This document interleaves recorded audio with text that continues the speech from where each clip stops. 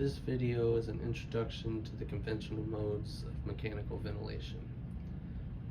Although a majority of the modes that are going to be discussed cross over between different ventilators, I'm going to focus on modes and terminology associated with the servo-I ventilator.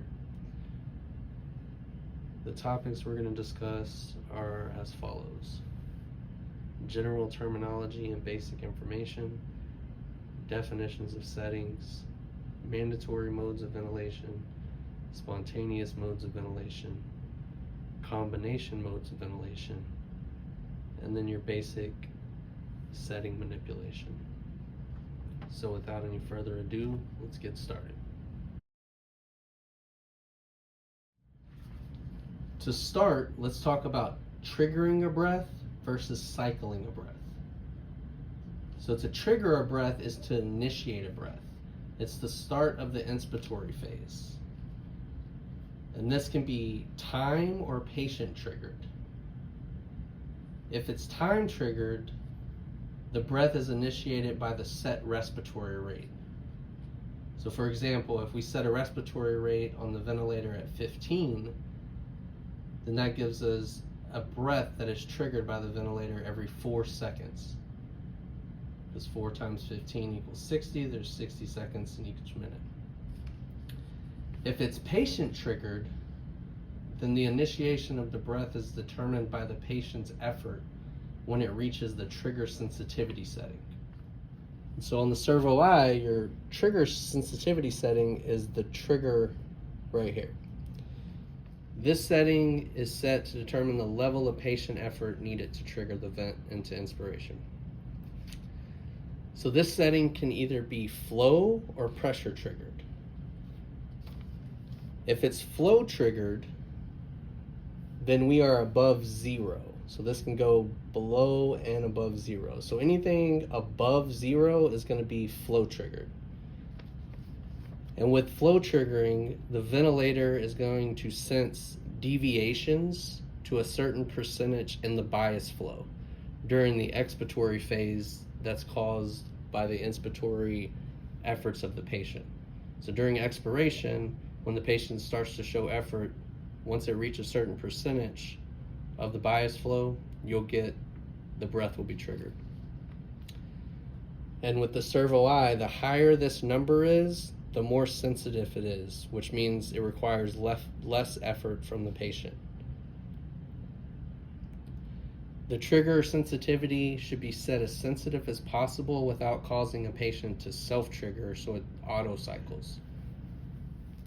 If it's set in pressure triggering, then it's below 0. Then we get into a negative number. And here, the ventilator will sense deviations in your PEEP created by the patient's inspiratory efforts. And so if I had this set to -2, then the patient would have to pull -2 from the PEEP before it would trigger a breath. And your range on pressure triggering is 0 to -20. With -20 would require more work to breathe than -1. Now when we're setting this though, normally you're going to use flow triggering. It's going to be more preferred because the patient's able to breathe with less effort. On the other hand, let's talk about cycling a breath. So cycling a breath is when the breath transitions from the inspiratory phase to the expiratory phase. Cycling can be time cycled or flow cycled. A time cycled breath is when the inspiratory phase of the breath is determined by your set I time for your mandatory breaths. So if we have this set at 0.5 right here, then the inspiratory phase is going to last for 0.5 seconds. For flow cycled breaths, the inspiratory phase of that breath is going to be determined by 2 things: your peak inspiratory flow and your inspiratory cycle off setting that you set with spontaneous breaths. This inspiratory cycle off setting is going to control at what percentage of your peak inspiratory flow that the spontaneous breath is cycled. So now I'm going to show you a little example of that on the whiteboard. Okay, so here is a flow waveform on a pressure mode of ventilation, or for your spontaneous breath, let's say a pressure support and CPAP. The anatomy of this is as inspiration starts, you're gonna get a big change in flow movement inside the lung because you're deflated a little bit, and then you're gonna get your initial oomph, right? Like if you were to blow up a balloon, right? You get that initial biggest amount of flow that you're gonna move. And then as you progress through the inspiratory phase, the amount of flow movement inside the lung will decrease as you get closer and closer and closer to zero flow, which would indicate you're at max fill. So the biggest breath they can take, their lungs are completely filled, right? So with inspiratory cycle off for these spontaneous breaths, we are gonna set at what percentage of this line we're gonna cycle the breath off and go into exhalation, right? So if you think of here as 0, and you think of this as 100% of this, right? We're gonna set it somewhere along this line. So if I were to set it at, this is 0 flow right here, but if I were to set it at 10%, right? Then we would cut the breath off right here. And this is where we would go into exhalation as opposed to being over here. So let's say that's 10%. And let's say if we want to cut it off at 25%, then we would cut off there. Or if we want to cut it off at 50%, then we would cut it off here. Right? So this would start your inspiratory phase, right? You start inhalation. We're going, right? And this is time of your inspiratory phase to get to 0 flow. Well, if we started here and we went to 50%, now our breath would only be this long, as opposed to if we went to all the way to 0 flow, it would be this long, right? So what that's telling me is the higher percentage that we have it set at, the inspiratory cycle off, the shorter our inspiratory phase will be, and vice versa, right? So if we have it set at 1%, it's gonna cut off over here. That's gonna be a longer amount of time, right, than if we had cut it off at 50%.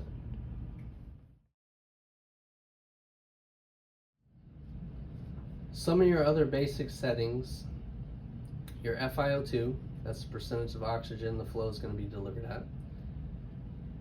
You can have that here. You're going to have your PEEP, it's the amount of pressure that's going to remain in the airway during your expiratory phase.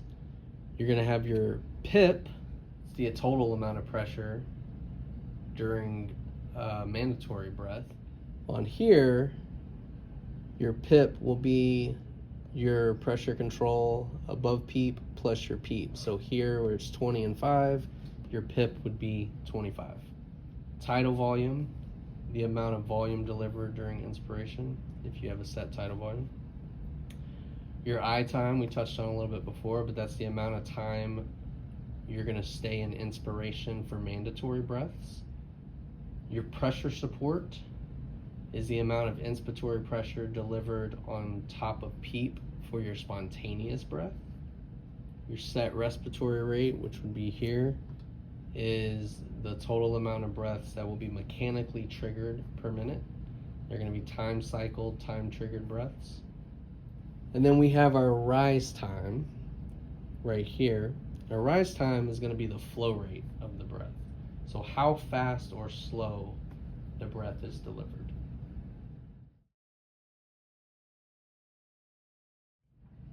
The last part of this section, we're going to talk about your basics of a mandatory breath versus a spontaneous breath.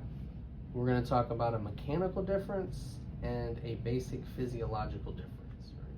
So mechanically, the difference between mandatory and spontaneous breaths are that mandatory breaths are time cycled and spontaneous breaths are flow cycled. Physiologically, the difference between a mandatory breath and spontaneous breath is for mandatory breaths, there's no help in the distribution of the air movement from the diaphragm. So since the diaphragm isn't moving, the airflow that's being delivered by the ventilator it's just going to go to the path of least resistance. So it's going to go to the airways that are already more open. Whereas with spontaneous breathing, the diaphragm is involved. And because the diaphragm is involved, it's going to help air get distributed throughout the lungs, starting with your more dependent areas of the lung, or the areas that aren't as currently open. And it's mainly due to a shift in pleural pressure once the diaphragm drops. But some of those areas that aren't as readily open are going to get your initial surges of airflow.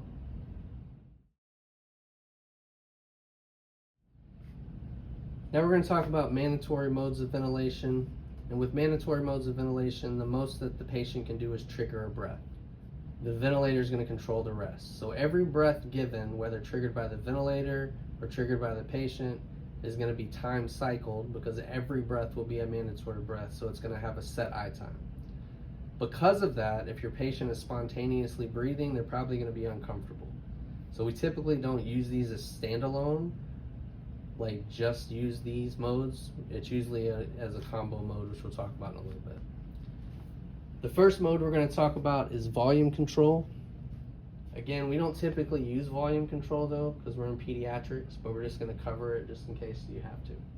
So in volume control, when you break it down, you're setting a tidal volume that's going to be delivered to the patient each breath, and your pressures that you get are going to be varied based on your compliance and resistance of the lung.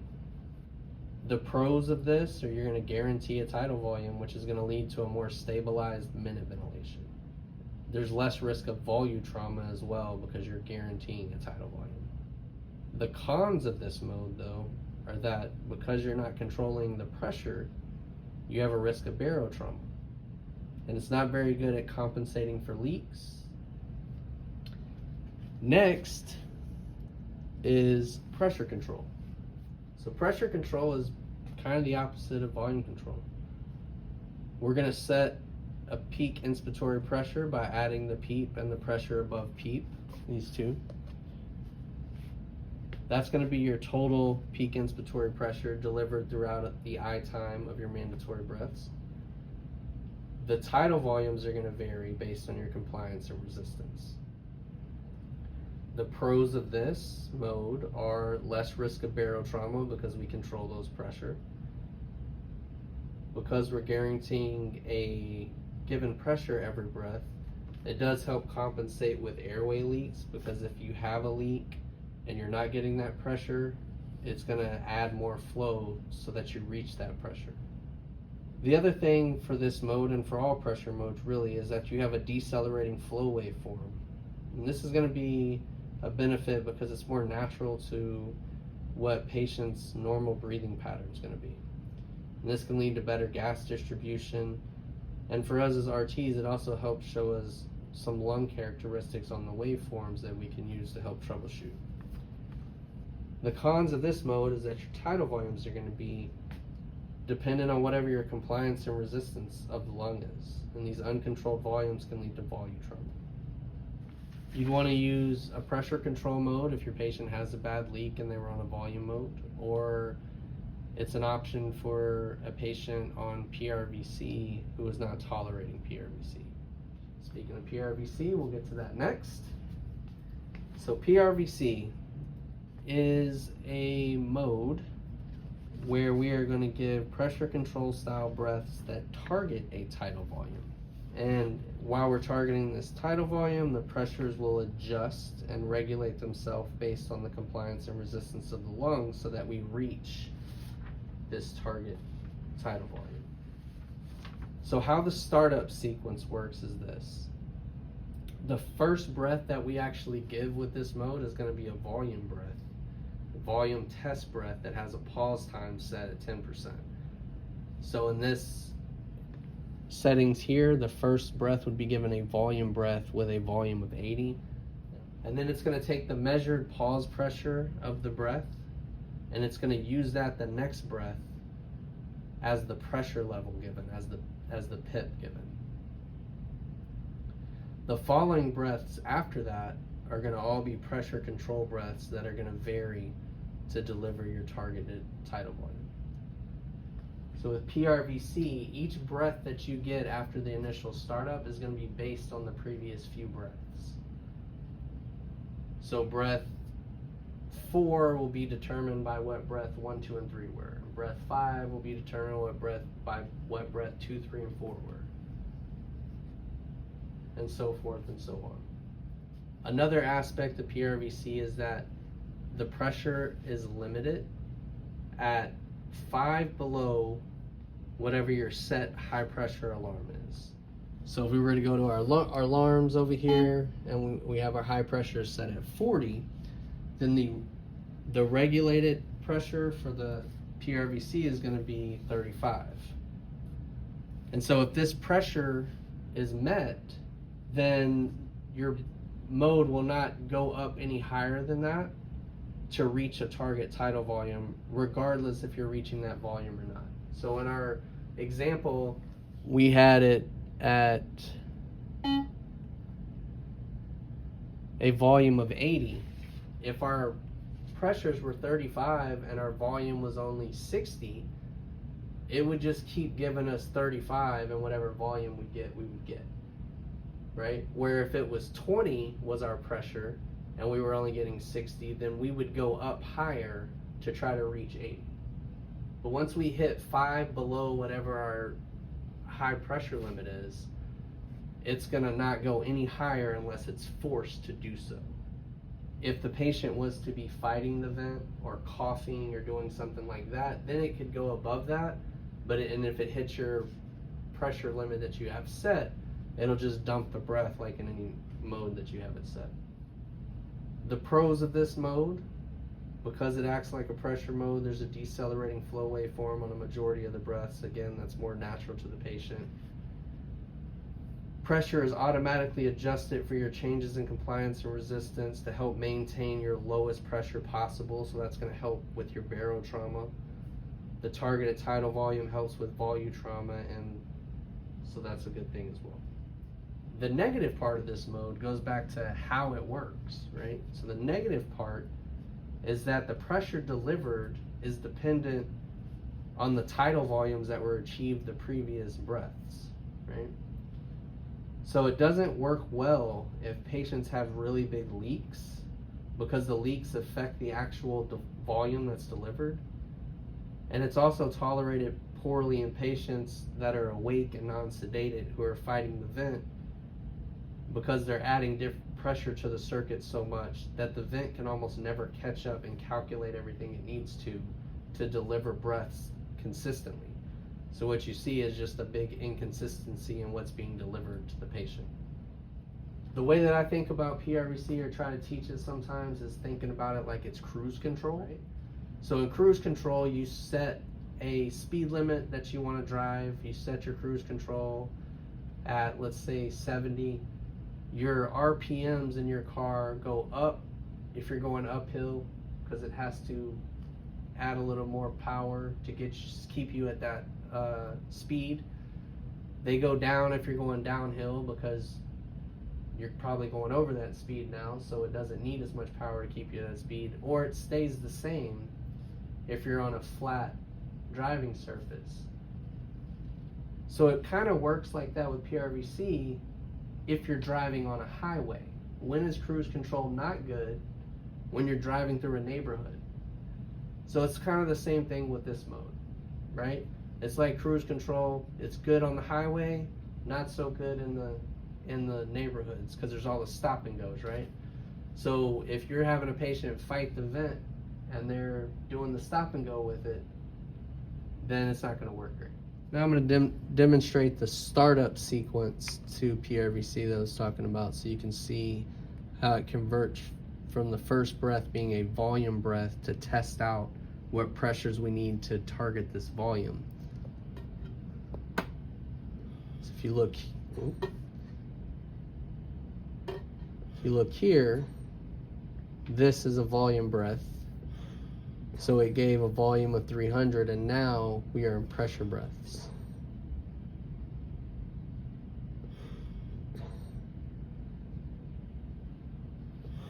And so if I make this less compliant, see my volumes drop out there. And so now the pressure is going to have to go up.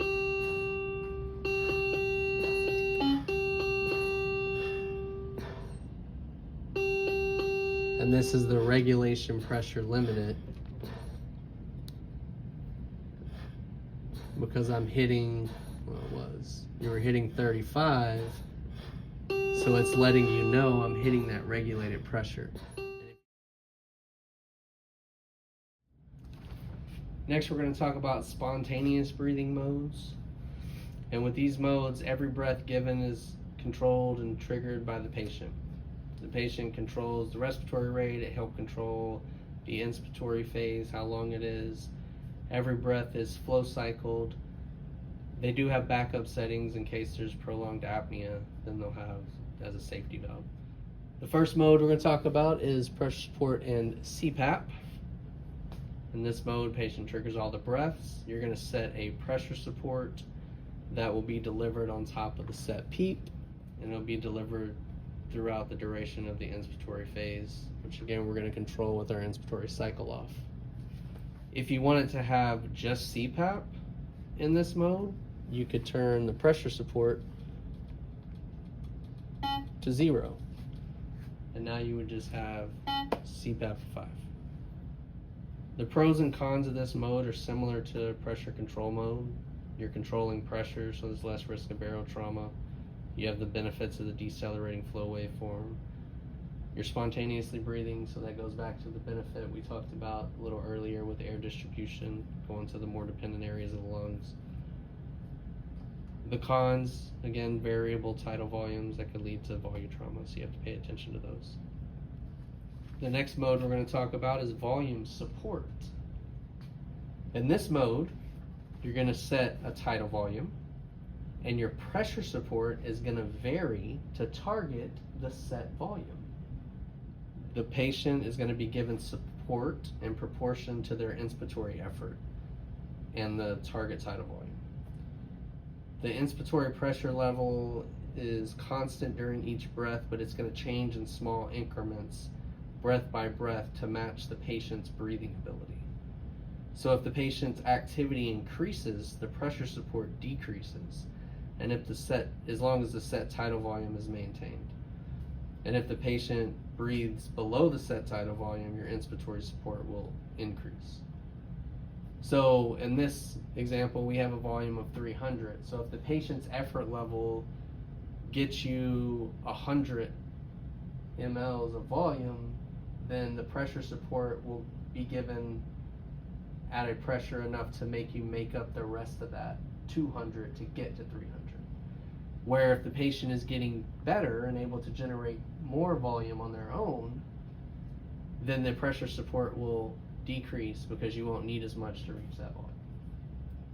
This mode, like PRVC, also has a startup sequence. The startup sequence for this is the first breath given is given with a pressure support of 10. And then from that, the ventilator calculates and regulates pressure to deliver the set tidal volume. During the next 3 breaths, the maximum pressure increase is 20 of pressure support for each breath. Once the sequence goes through its startup, the pressure increases or decreases in a maximum of 3. So a pressure support could go from 10 to 13, or it could go from 10 to 7, but it can't go any more than that each breath. Like, you're not going to have a plus or minus more than 3 each breath to try to get the tidal volume that you want. This mode also is limited at 5 centimeters of water pressure below your set high limit alarm. So now I'm going to show the startup sequence and kind of how it works on the ventilator.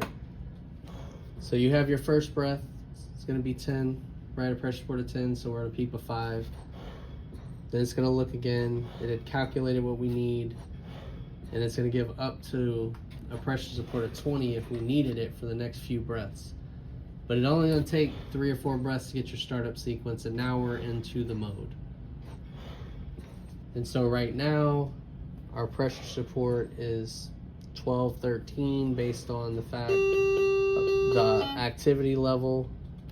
But if I was to start pulling really big volumes, you'll notice that our peaks go down.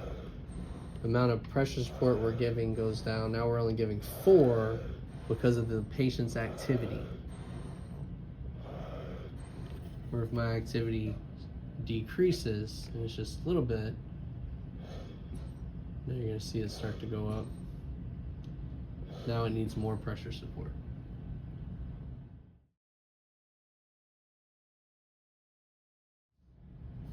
Now we're going to talk about combo modes of ventilation.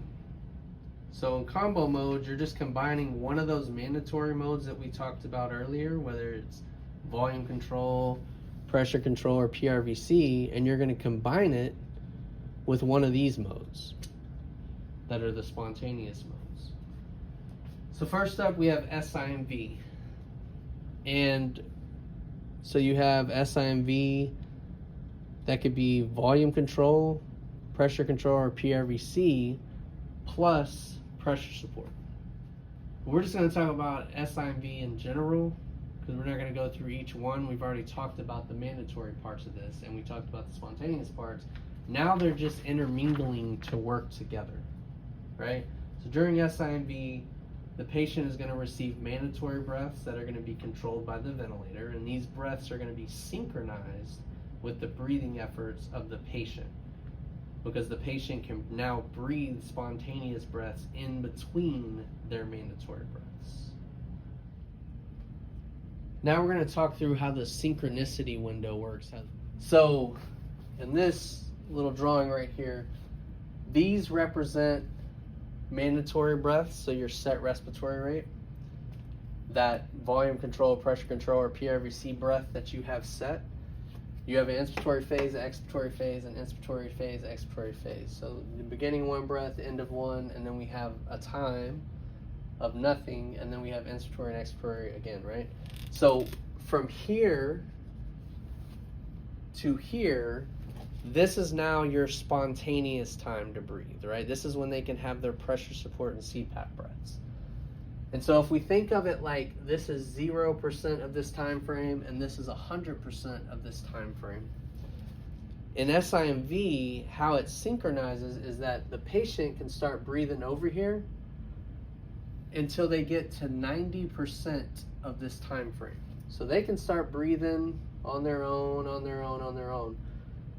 When they get to this 90% and start to breathe again, if it's in this window, now it's going to convert their spontaneous breath. When they trigger it, it's going to convert it to a mandatory breath so that your set respiratory rate stays on track and we're not delivering less than we have set. So they can breathe up for this 90%, but once they get into this 90% window, if they're starting to breathe in here, it's going to convert it into a mandatory breath. The other combo mode we're going to talk about is auto mode. And this mode will adapt ventilation to your patient's effort. If the patient is breathing spontaneously, they're going to breathe in a spontaneous mode. If they are not making any breathing effort whatsoever, it's going to go to a mandatory mode of ventilation. So this provides the best possible means to start the weaning period while you're on a ventilator. You have 3 combinations with this mode.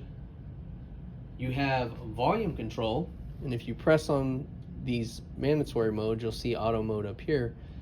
The auto mode that goes with volume control is volume support. So in this mode, if the patient is not breathing, they will get volume control breaths. If they start to breathe, they get volume support breaths. In pressure control, your auto mode is pressure support and CPAP. So if they are not breathing, you get pressure control breaths. If they are breathing, you get pressure support and CPAP breath. In PRVC, your auto mode is volume support. If they're not breathing, you get PRVC mandatory breaths. If they start to breathe, you get volume support breaths. This is a good mode for weaning. There's not necessarily a need to do a CPAP pressure support trial if you're on this mode and the patient is spontaneously breathing, they're already giving you a pressure support in a CPAP trial. Even on volume support, they're still getting pressure support and CPAP breaths, they're just volume targeted. This allows the patient to work their respiratory muscles without the RTs having to constantly switch modes to do so. So it helps it helps determine if the patient's nearing a readiness to extubate. The negative to this is you can sometimes have the potential to overventilate. Another aspect of the auto mode is that they have a trigger timeout. And so what the trigger timeout is, it's the maximum amount of apnea time in auto mode before you go to a mandatory mode. So at the first sense of a spontaneous effort, your auto mode goes into your spontaneous mode and delivers those spontaneous breaths that are going to be adapted to the patient's effort instead of controlled breaths. And so initially, the ventilator adapts with a dynamic trigger. So it means for the spontaneous triggering patient, the timeout increases successfully. So as you keep breathing during the first 10 breaths.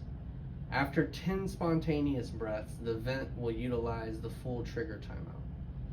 And I'll show you what I mean by that here in a second. So we have a trigger timeout right here, and I'm going to set it kind of drastically so you can see. Basically what I'm going to show you is that if we breathe 10 times spontaneously, we will utilize, you'll go apneic for 12 seconds before we click into our mandatory mode. But if I breathe less than that, it's not going to wait 12 seconds. So as soon as you start breathing spontaneously, like your first breath, it doesn't mean you're going to have a 12-second apnea time. It's going to be shorter. And then it gets longer. It'll wait longer for each breath you take, up to 10 breaths. And then after 10 breaths, it's going to give you whatever you have set. So if we turn this on real quick, and we're going to start, you'll see up here, we are in PRVC. Remember, here's our volume breath, and then we go to our pressure breath after that. It's doing its startup sequence right now, and if you look up here, you can see subtle differences. PRVC's right there, volume support's right here. This has black font, this has gray font, so this is grayed out. There's also a little white box right here around the auto mode, right? So if I start to breathe, you're gonna see it changes. Now PRVC is grayed out and volume support has the black font, and then we have a green box, right? So I'm gonna breathe over 10 times right now, and then we can see what the trigger timeout looks like. So I'm pretty sure this is close to 10. Come on, man. Go apneic.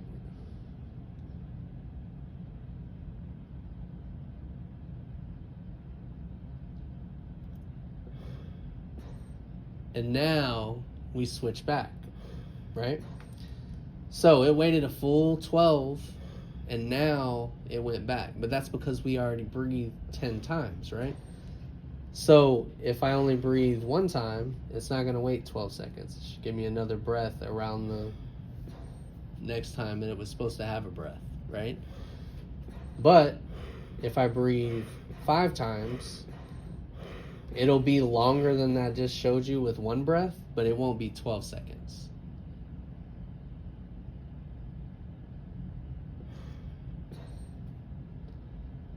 And that's how that trigger timeout works. The last thing we're going to cover is just your basic setting manipulation, right? So when we're on a ventilator, we're trying to ventilate a patient and oxygenate a patient. That's what we're here for, right? So to ventilate, if you break it down to what we're actually doing, we are manipulating minute ventilation. And to do so, we change a few things. We change the respiratory rates, we change our tidal volumes, or we change our PIPs and pressure supports that will change our tidal volumes, right? But when you break it down, we're changing the different tidal volumes that we're giving, and we're changing the respiratory rate. To oxygenate, you of course can use FiO2. And then we also manipulate mean airway pressure. And the way that we're going to manipulate mean airway pressure is with our PEEPs and our I times. Those are the settings we're going to mess with because we need to oxygenate better and we want to mess with mean airway pressure. A side note to that is as you go up on peak pressures, your peak inspiratory pressures, that will also cause an increase in MAPs, but again, you're going to be adjusting those for tidal volumes, so you're not typically going to adjust your PIPs because you're not oxygenating. You're going to stick with your PEEPs and your I